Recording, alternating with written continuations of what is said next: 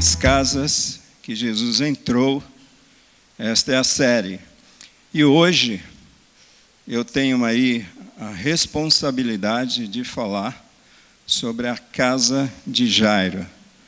Essa casa de Jairo que é descrita por 3 evangelistas, mas eu quero me deter àquilo que escreveu Lucas. Então, Lucas capítulo 8, versículo 40, até o versículo 56. Lucas capítulo 8, do versículo 40 até o versículo 56. Eu quero ler para vocês na versão Almeida Revista e Atualizada.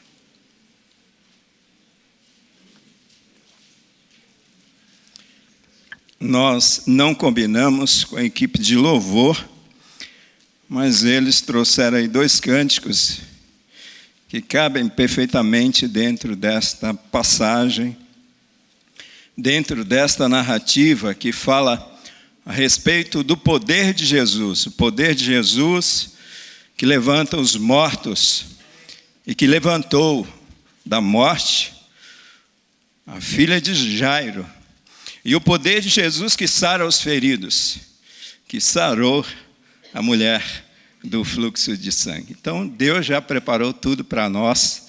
Então, aproveita esse tempo gostoso de Deus para a vida de vocês. Vamos lá, vamos ao texto. Ao regressar Jesus, a multidão o recebeu com alegria, porque todos o estavam esperando. Eis que veio um homem chamado Jairo, que era chefe da sinagoga, e prostrando-se aos pés de Jesus, lhe suplicou que chegasse até a sua casa, pois tinha uma filha única de uns 12 anos, que estava à morte. Enquanto ele ia, as multidões o apertavam. Certa mulher, que havia 12 anos, vinha sofrendo de uma hemorragia, e a quem ninguém tinha podido curar, e que gastara com os médicos todos os seus haveres. Veio por trás dele, lhe tocou na orla da veste, e logo se lhe estancou a hemorragia. Mas Jesus disse: quem me tocou? Como todos negassem, Pedro, com seus companheiros, disse: Mestre, as multidões te apertam e te oprimem, e dizes: quem me tocou? Contudo, Jesus insistiu: alguém me tocou, porque senti que de mim saiu poder. Vendo a mulher que não podia ocultar-se, aproximou-se trêmula e, prostrando-se diante dele, declarou, à vista de todo o povo, a causa por que lhe havia tocado e como imediatamente fora curada. Então lhe disse: filha, a tua fé te salvou, vai-te em paz. Falava ele ainda quando veio uma pessoa da casa do chefe da sinagoga, dizendo: tua filha já está morta, não incomodes mais o mestre. Mas Jesus, ouvindo isto, lhe disse: não temas, crê somente, e ela será salva. Tendo chegado à casa, ninguém permitiu que entrasse com ele, senão Pedro, João, Tiago, e bem assim o pai e a mãe da menina. E todos choravam e pranteavam. Mas ele disse: não choreis, ela não está morta, mas dorme.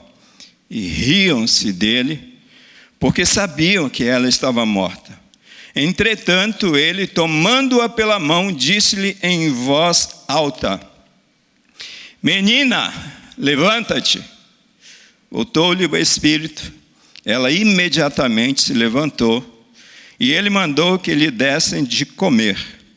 Seus pais ficaram maravilhados, mas ele lhes advertiu que a ninguém contasse o que havia acontecido. Amém e amém. Eu gostaria de trazer para vocês nessa noite, não um sermão expositivo, porque a gente não tem tempo suficiente para pregar expositivamente sobre esse texto. Eu ficaria aqui tranquilamente 1h30 pregando nesse texto. E vocês ficaram assustados, né? Mas eu gostaria de trazer um sermão para vocês, mesmo não sendo um sermão expositivo, um sermão com conteúdo, com consistência. E para isso, nós vamos pedir a Deus que nos ajude a ter esse sermão e a ter essa palavra. Amém? Vamos orar? Querido Deus, nós te louvamos, Pai, porque estamos diante da Tua palavra. E a Tua palavra, ela tem o poder de edificar as nossas vidas. Nós queremos te pedir nessa noite que, enquanto a Tua palavra é pregada, que o Senhor venha produzir fé no nosso coração, através da Tua palavra. Não uma fé comum, Pai, mas uma fé operante, uma fé genuína, uma fé que agrada a Deus. É a oração que nós fazemos pedindo que o Teu Espírito, em cada momento desta mensagem, nos conduza à Tua vontade. E que através da pregação da mesma, o nome do Senhor seja engrandecido, seja exaltado, seja glorificado. É a oração que eu faço a Ti, no nome de Jesus. Amém e amém. Amados, nós estamos falando sobre casas em que Jesus entrou, não é isso? Hoje eu falei que iria falar sobre a casa de Jairo, e eu vou falar sobre a casa de Jairo. Mas eu gostaria de começar a minha exposição nessa noite, considerando um contexto imediatamente anterior a esse texto, que é o contexto de Gadara. E eu pude ver ali que em Gadara, na casa dos gadarenos, é uma casa onde Jesus, ele não foi bem recebido. É uma casa que, embora Jesus tenha realizado ali um grande milagre, libertado o endemoniado gadareno, um homem que possuía uma legião de demônios, e segundo os estudiosos, se eram 2.000 porcos, isso era o equivalente àqueles demônios que estavam sobre aquele homem. Então, Gadara é uma casa onde Jesus não é bem-vindo. Jesus é expulso de Gadara. Já em Cafarnaum, a gente poderia entender num contexto maior, que é uma casa onde o evangelista Lucas, ele diz que Jesus, ele é recebido pela multidão com alegria. Olha que paradoxo. Então aqui nós temos uma casa onde Jesus é expulso e deixa de desfrutar das bênçãos de Cristo, embora ele tenha manifestado graça sobre aquele local, libertando aquele homem. E em contrapartida nós temos uma outra casa, que é a casa de Cafarnaum, onde Jesus é recebido com alegria. Então a primeira grande lição que nós podemos entender, na casa em que Jesus é bem-vindo, ali haverá bênçãos, amados. E é por essa razão que nós devemos sim abrir as nossas casas para Cristo Jesus. Mas sabe o que é interessante? É que Jesus é expulso de Gadara, porque Gadara é uma casa onde se valoriza mais dinheiro do que pessoas. As pessoas ali em Gadara, elas valorizam mais dinheiro, elas valorizam mais poder do que pessoas. Porque Jesus, ele dá um prejuízo grande ali em Gadara, por causa de uma pessoa. Então Jesus é expulso da casa onde se valoriza mais dinheiro, mais poder, mais bens materiais do que pessoas. E o que é interessante é que em Cafarnaum, onde Jesus é bem-vindo, é um local onde as pessoas são mais valorizadas do que dinheiro, porque ali tem uma mulher que se desprende de todos os seus recursos financeiros para tratar da sua saúde, entendendo que a vida vale mais do que qualquer dinheiro. Ali em Cafarnaum existe um homem chamado Jairo, que é um homem rico, ele é o principal da sinagoga, mas esse homem, ele corre até Jesus, porque ele está com uma filha à beira da morte, e ali ele se mistura no meio da multidão, não valorizando o seu status, não valorizando os seus recursos, mas se tornando uma pessoa comum e se importando com pessoas.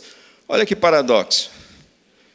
Amados, e quando eu olho para esse texto, eu percebo que muitos redutos religiosos hoje, Jesus estaria de fora. Quem sabe algumas agências missionárias. Olha lá, vamos dispensar o missionário Jesus. Ele dá muito prejuízo. O missionário Jesus dá muito prejuízo. Por causa de uma pessoa, ele sacrifica 2.000 porcos. Ele dá prejuízo. O missionário Jesus dá prejuízo. Ele vai dar prejuízo porque ele multiplica pães. E agora, Manuel, o que tu vais fazer com a tua padaria? O missionário Jesus, ele dá prejuízo. Porque ele multiplica peixes. E agora, José, o que tu vais fazer com a tua peixaria?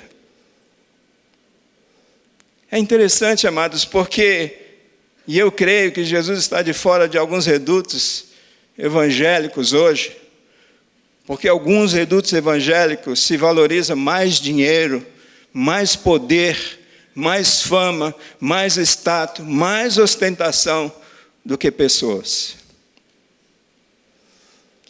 Queridos, o texto diz que a multidão o comprimia, mas 2 pessoas se destacam nesse relato entrelaçado.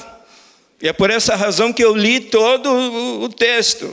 Aí, pastor, tem muito texto aí, mas eu precisava ler. Eles estão entrelaçados. É Jairo e a mulher hemorrágica. Esses 2 personagens ensinam-nos alguns contrastes. Vamos lá, alguns contrastes que nós podemos ver a título de introdução.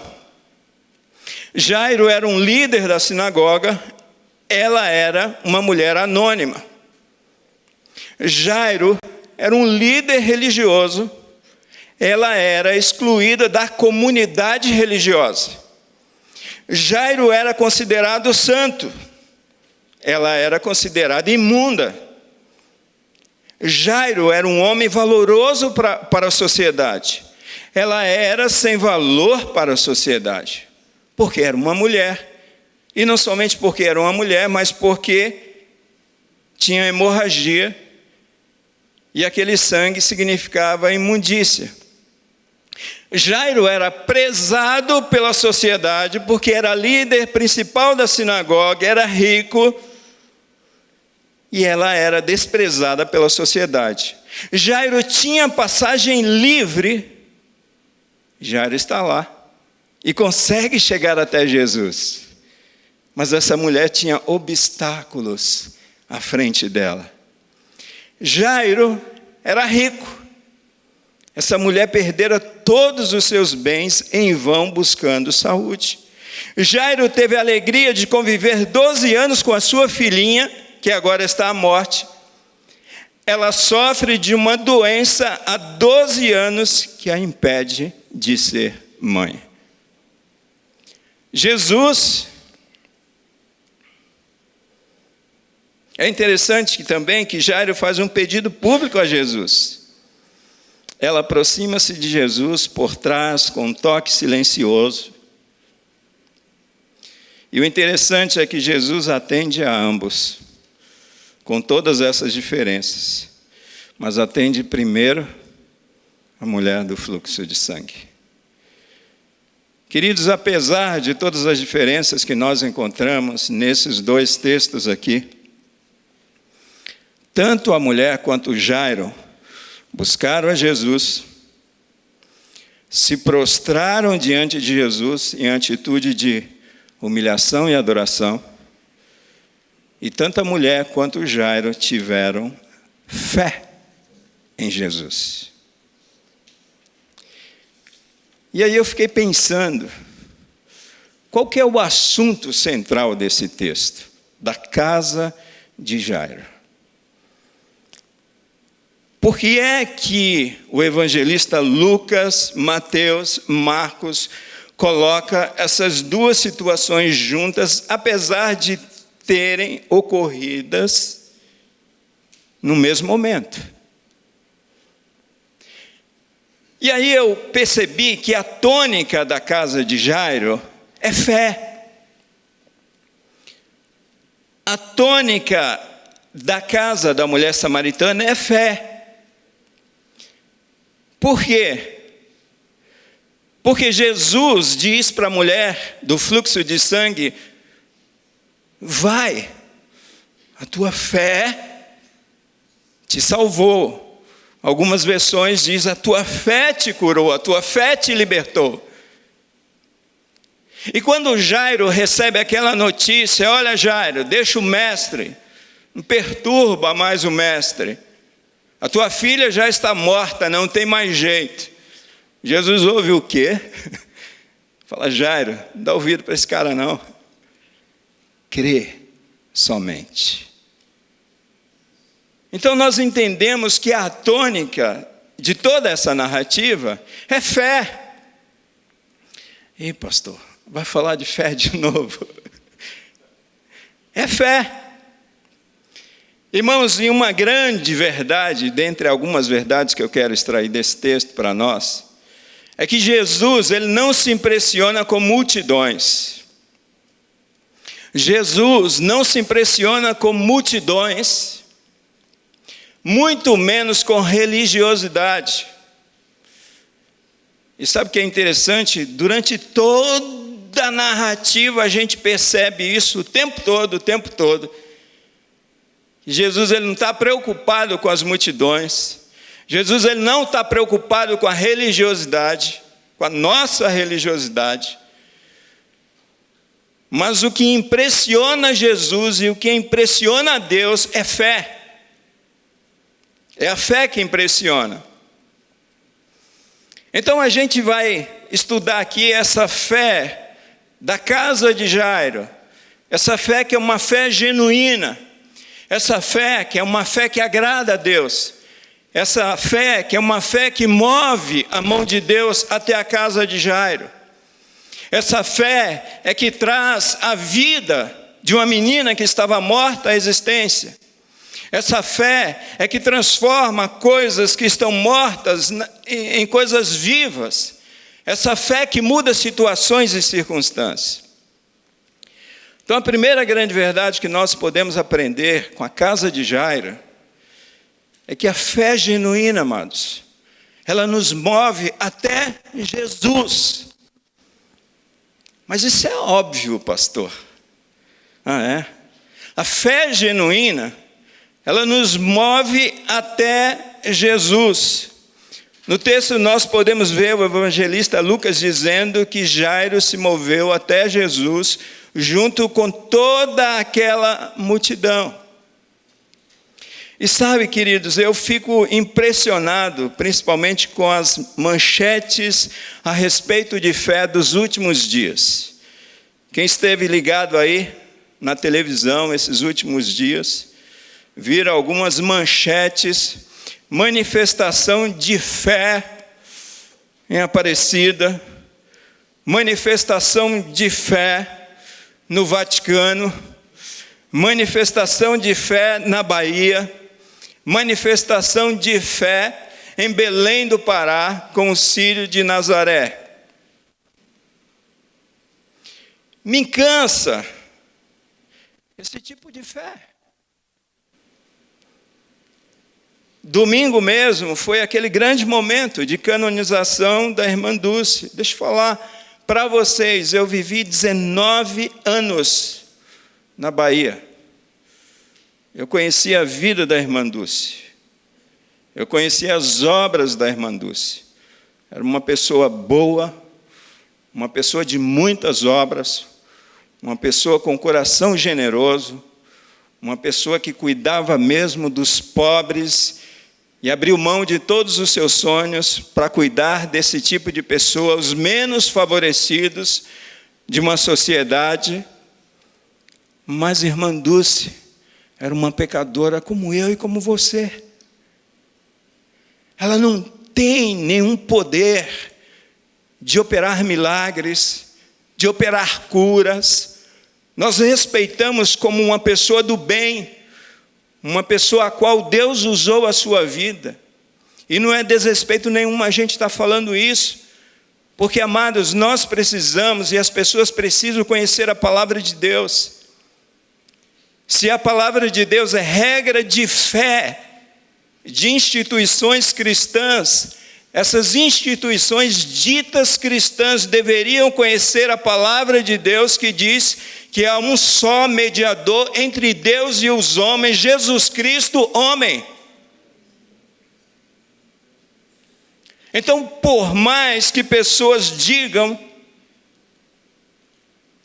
que foram alvos do milagre de uma pessoa boa no seu tempo em que viveu aqui na terra, biblicamente falando, não existe respaldo nenhum. É Jesus Cristo que levanta os mortos, é Jesus Cristo que sara pessoas, é Jesus Cristo que cura, porque Ele é o Deus encarnado, Ele é o Deus unigênito. Me cansa essas questões. A gente vê aquela questão lá do Círio de Nazaré, por exemplo, e aquela aglomeração, aquela multidão, e a TV, ela coloca numa manchete com letras garrafais, essa veio lá do fundo do baú. Manifestação de fé. Amados, quando nós olhamos para a palavra de Deus, a fé genuína, a fé que agrada a Deus, é a fé que é colocada numa pessoa, e essa pessoa é a pessoa bendita de Cristo Jesus. Se me cansa a idolatria nesse país, me dá ânsia. A fé que nós encontramos em muitas igrejas evangélicas do nosso país, e principalmente igrejas midiáticas.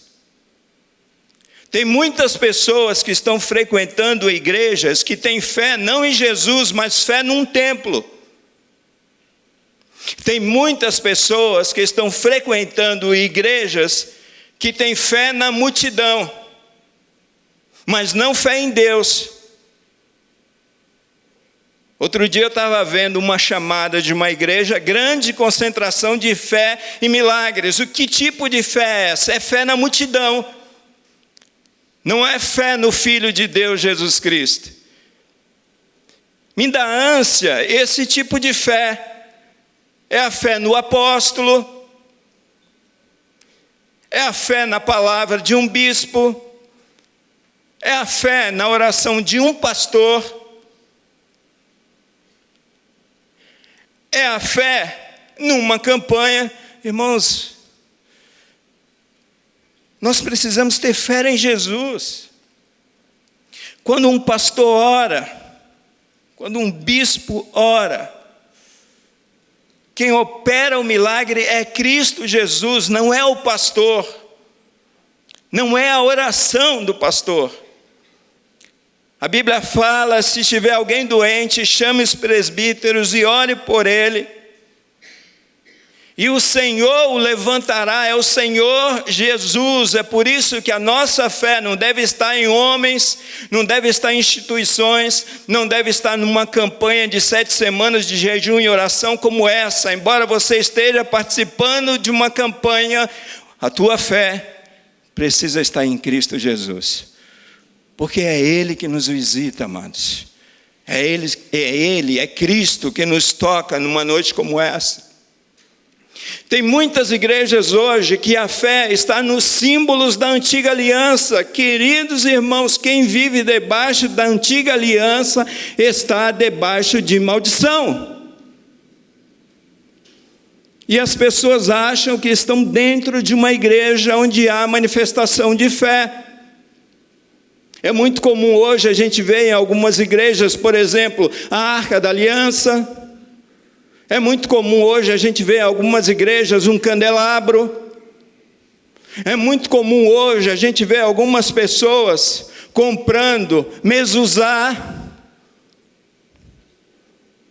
É muito comum hoje a gente ver as pessoas carregando a estrela de Davi no peito para ser abençoado. Que tipo de fé é essa?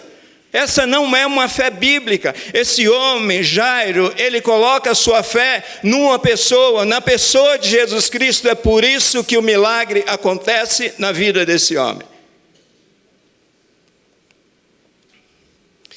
E a gente vê fé em invencionistas. A gente vê gente, amados, colocando fé numa toalha. A gente vê gente colocando fé, sabe, num lenço suado de um homem. A gente vê gente colocando fé numa meia, colocando fé num martelo, colocando fé numa corneta. Então, a fé genuína, a fé que agrada a Deus, a fé que move a mão de Deus sobre as nossas vidas, é a fé que nos move até Cristo Jesus, porque é somente Ele, amados. Se Cristo não vier entre nós nessa noite, nada vai acontecer aqui nesse lugar. Você pode fazer todas as campanhas que você quiser fazer. Você pode colocar fé nos pastores, você pode colocar fé numa instituição, fé numa palavra. Mas se a tua fé não estiver em Cristo Jesus, nada vai acontecer. Primeiro, a fé genuína, ela nos move até Jesus. Segundo, a fé genuína, ela se refugia na graça. É na graça. Irmãos, é interessante esse texto, porque Jairo, ele não se apoiou nas suas obras. Jairo, ele não se apoiou na sua religiosidade. Ele era principal da sinagoga, um evangelista diz.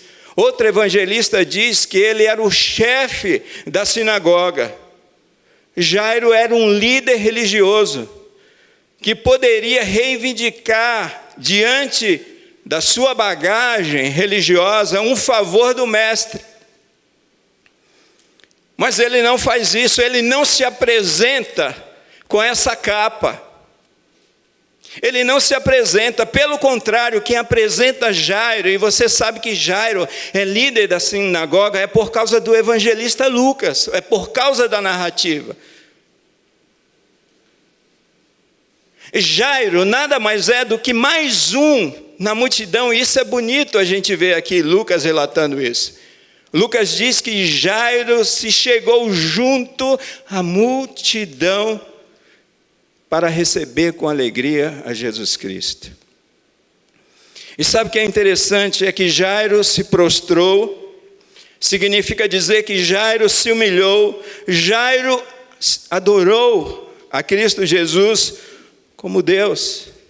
Amados, nós precisamos entender, Deus faz alguma coisa por nós, não por aquilo que nós fazemos para Deus. Esquece isso. Essa não é uma fé que agrada a Deus, uma fé de troca, uma fé onde você dá e você recebe. E essa tolice tem sido pregada em grande parte de nossas igrejas nesse tempo presente. Quantos discursos, queridos, eu já ouvi de pastores na televisão, e aqueles testemunhos, olha, desde o momento que eu peguei esse carnê, eu fiquei empresário, eu saí da miséria. Mas a palavra de Deus diz assim em Efésios capítulo 2, versículo 8, pela graça sois salvos por meio da fé. Isso não vem de vós, é um dom de Deus. Irmãos, Deus não vai nos abençoar, Deus não vai transformar vidas, Deus não vai curar por aquilo que nós fazemos para Ele. mas é pela graça. Se Deus tem cura para a tua vida hoje, entenda uma coisa: não é por aquilo que você é, não é por aquilo que você representa para essa comunidade. O exemplo de Jairo me mostra que Deus, ele não está impressionado com religiosidade. Deus não vai operar por causa da nossa caminhada de anos com Ele. Deus não vai nos abençoar simplesmente porque o nosso dízimo, as nossas ofertas, elas são generosas. Sabe, Deus não vai me abençoar simplesmente porque eu não perco uma campanha de oração que se tem numa igreja. Não é por isso, é pela graça. E nós cantamos, a primeira canção dessa noite fala exatamente sobre graça. Irmão, Jesus Cristo passa num ajuntamento como esse e Ele opera por causa da graça, porque Ele é bom, não porque nós somos bons. Jesus, Ele não se impressiona com togas, Ele não se impressiona com estolas sacerdotais, Ele não se impressiona com a minha carreira pastoral. O que impressiona Jesus Cristo é quando eu me lanço sobre Ele numa atitude de confiar exclusivamente na graça dEle. A fé genuína, amados, é a fé que se apoia na graça. Essa é a fé genuína. E infelizmente o que nós temos visto, o que nós temos presenciado num tempo como esse, é uma fé de obras. Você faz e Deus te abençoa. Você dizima e Deus multiplica. Você pega um carnê e as bênçãos chegam. Está errado. É graça. E sabe o que é interessante? É que Jesus atende primeiro a mulher, que não tinha nada. Não tinha status, era uma desconhecida, era considerada imunda. E a mulher que Cristo atende primeiro. Segunda grande verdade, amados, que nós podemos aprender é que a fé genuína, ela se refugia na graça. Esquece as tuas obras. Paulo diz que as obras foram feitas para que andássemos nela. Mas a fé genuína, ela sabe esperar. Se a fé genuína se refugia na graça, a fé genuína sabe esperar. Jairo, ele esperou Jesus voltar de Gadara, porque ele estava lá, à beira-mar com a multidão, esperando o mestre. E aí, diante daquele pedido, o que aparece? Está aquela multidão, a mulher toca, e Jesus vai fazer o quê?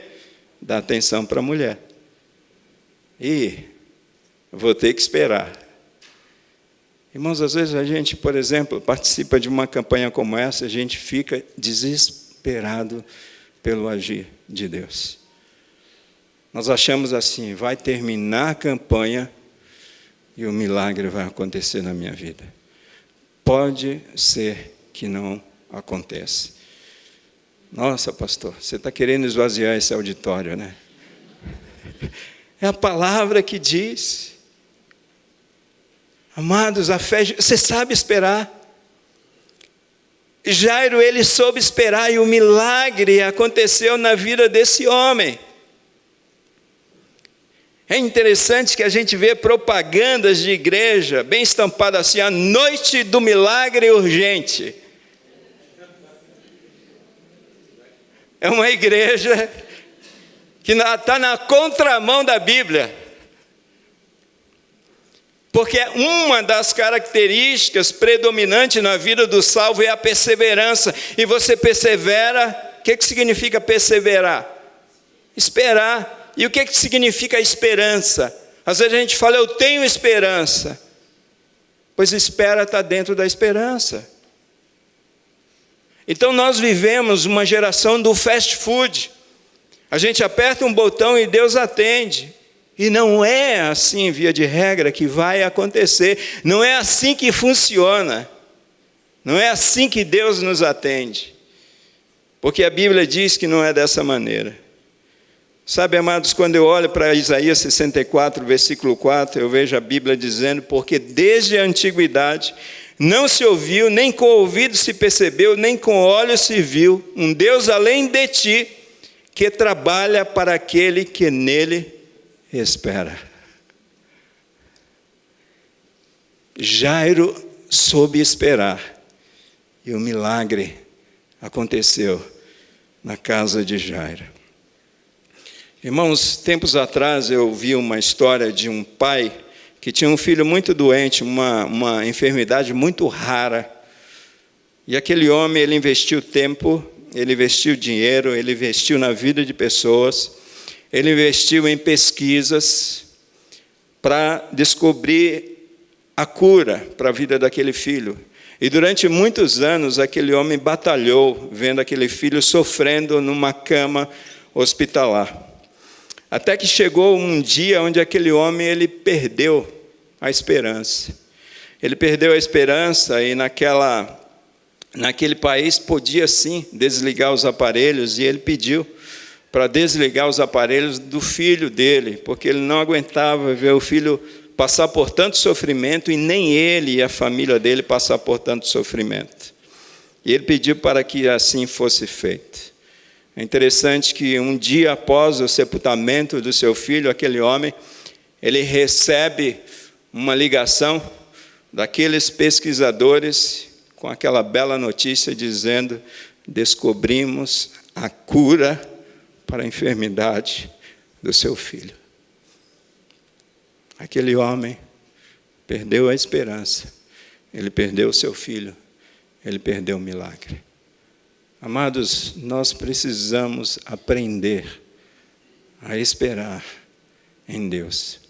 A fé que agrada a Deus é a fé que descansa na esperança. É a fé que sabe esperar.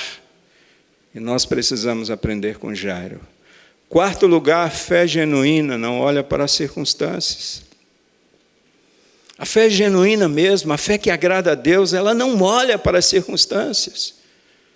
Irmãos, e o quanto nós olhamos para as circunstâncias da vida, o quanto nós olhamos para os problemas, o quanto nós olhamos para as dificuldades.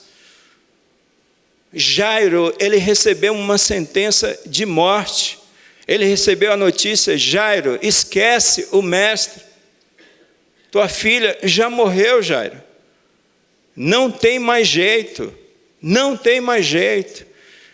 E aí Jesus Cristo chega para Jairo e diz assim: Jairo, não temas, crê somente. Não dá ouvidos para essa notícia, mas crê somente. Tenha fé, Jairo. E Jairo, ele creu contra as circunstâncias, amados. É quando as pessoas estão dizendo: olha, você não vai conseguir um emprego. E Deus está falando para você: olha, creia somente. É quando as pessoas chegam para você e dizem assim: olha, o teu casamento não tem mais jeito, ele não quer mais saber, ela não quer mais saber, e você continua crendo contra as circunstâncias.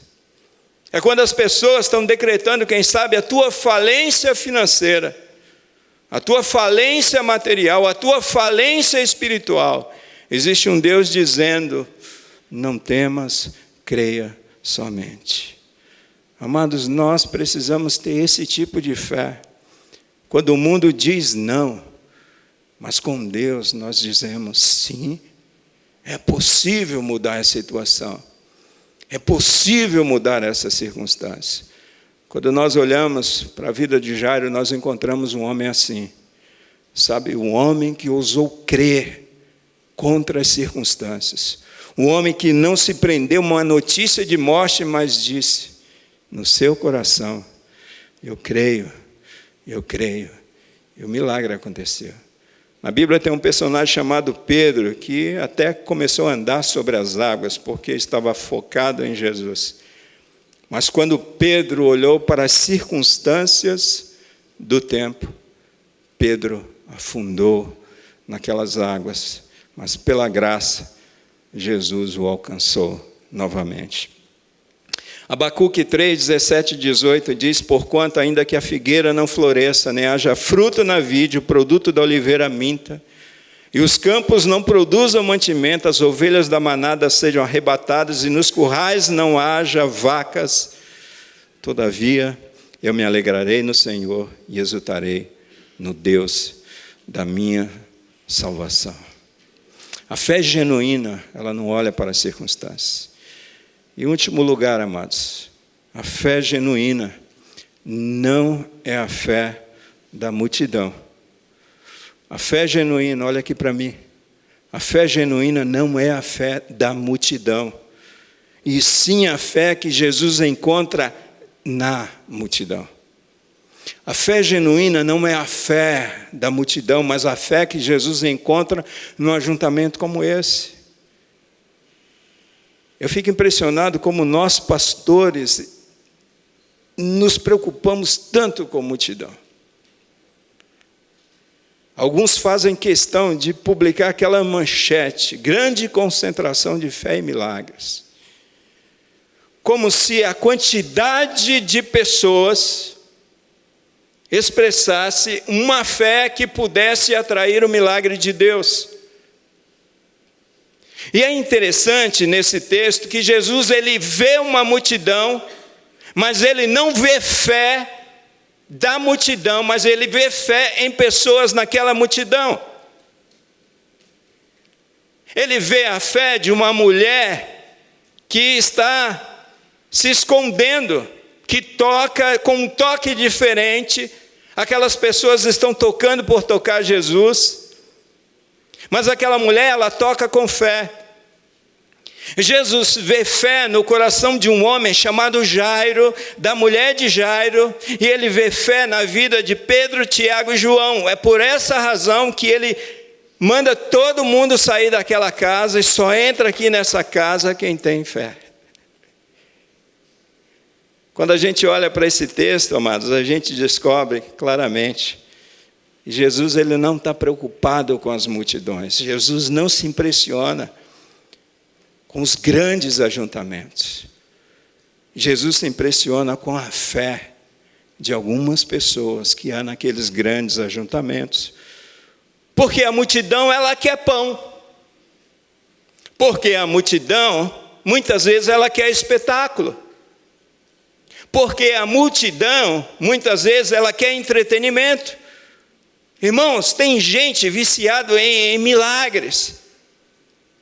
Tem gente que fica oriçado por essa questão do milagre.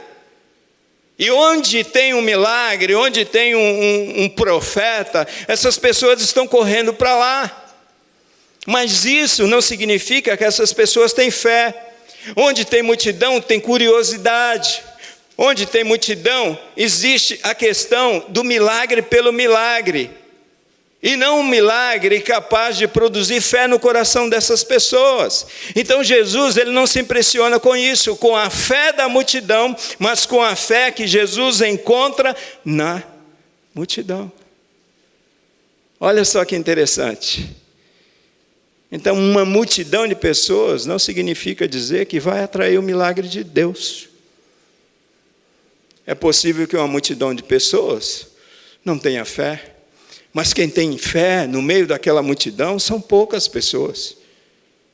E por causa da fé dessa pessoa, o milagre acontece. Então, em quinto e último lugar, amados, a fé genuína não é a fé da multidão, mas a fé que Jesus encontra lá, escondida naquela multidão. E aí Jesus entra na casa de Jairo, com Jairo, sua mulher, Pedro, Tiago e João. Que é uma prova disso, como a multidão, ela não tem fé. Quando Jesus chega para aquela multidão que está chorando ali, e era muita gente que estava chorando, gente que ganhava para isso. Porque não é possível uma pessoa estar chorando, de verdade chorando, no velório. E aí Jesus fala, não está morta. E aí, é isso que Lucas está dizendo. Que eles começaram a rir. Quem começou a rir? Foi a multidão que estava rindo, a multidão de pranteadores que estava dentro daquela casa, uma multidão que não tinha fé. Mas Jesus viu fé em algumas pessoas que estavam no meio daquela multidão. Amados, eu quero finalizar minha palavra dessa noite. Como o texto fala de fé, e fala a respeito da fé desse homem chamado Jairo, uma fé genuína, uma fé operante, uma fé que produziu o milagre de Deus, eu preciso dizer algumas coisas para vocês aqui nesta conclusão. Tenha fé em Jesus. Tenha fé em Jesus. Ele se importa com a tua luta, Ele se importa com a tua dor, e principalmente com os menos favorecidos. Você me ouviu? Tenha fé em Jesus. Você não está sozinho, sozinha. Ele não está indiferente ao teu problema, à tua luta, à tua dificuldade. Ele não está. Ele se importa sim com a sua aflição. Ele se importa sim com a sua enfermidade. Ele se importa, sim, com aquilo que está morto na tua vida. E principalmente com os menos favorecidos. Sabe o que é interessante? Que Jesus disse que o evangelho, a priori, é para os pobres. Está escrito, pastor? Está. Não vou dar o endereço, você vai procurar lá na Bíblia. Mas está escrito. Isso é tão verdade aqui nesse texto que, em vez de Jesus se importar primeiro com Jairo, que está com uma filha morta, à beira da morte, né? No comecinho Lucas fala à beira da morte, mas no meio da conversa ela já morreu. Jesus, ele dá atenção àquela mulher, que é menos favorecida. Então, às vezes, a gente está no meio de uma comunidade onde existe gente famosa, gente que tem estrada de evangelho, e a gente fala assim, ó, no meio dessa multidão, Deus não vai me ver. E Ele te vê. Ele se importa com a tua luta, Ele se importa com a tua dor, Ele se importa com a tua aflição. Segundo, tenha fé em Jesus, somente Ele tem todo o poder de transformar sentenças de morte em sentenças de vida. O que morreu na tua vida? Tenha fé em Jesus. Ele pode trazer de volta aquilo que está morto em vida. Terceiro, tenha fé em Jesus, porque sem fé, diz a palavra de Deus, é impossível agradar a Deus. Hebreus capítulo 11, versículo 6. Em quarto lugar, tenha fé em Jesus, porque a palavra de Deus diz em Hebreus 10, 38, em Romanos 1, 17, que o justo viverá pela fé. O justo viverá pela fé. E para concluir a minha palavra desta noite, amados, Jesus conta uma parábola em Lucas 18, 1 a 8, que é a parábola do juiz iníquo. E essa parábola ele conta, falando para os seus discípulos sobre o dever que nós temos de orar sempre, sem nunca desanimar, sempre esperar. Mas sabe que é angustiante que Jesus termina essa parábola no versículo 8, dizendo, quando porém vier o Filho do Homem, porventura, achará fé na terra. Amados, que nós possamos olhar para a vida de Jairo, especialmente o nosso enfoque nesse texto, para a casa de Jairo, e aprender a ter uma fé que move as mãos de Deus, uma fé operante, uma fé que agrada o coração do Pai, uma fé genuína para a glória de Deus. Deus abençoe.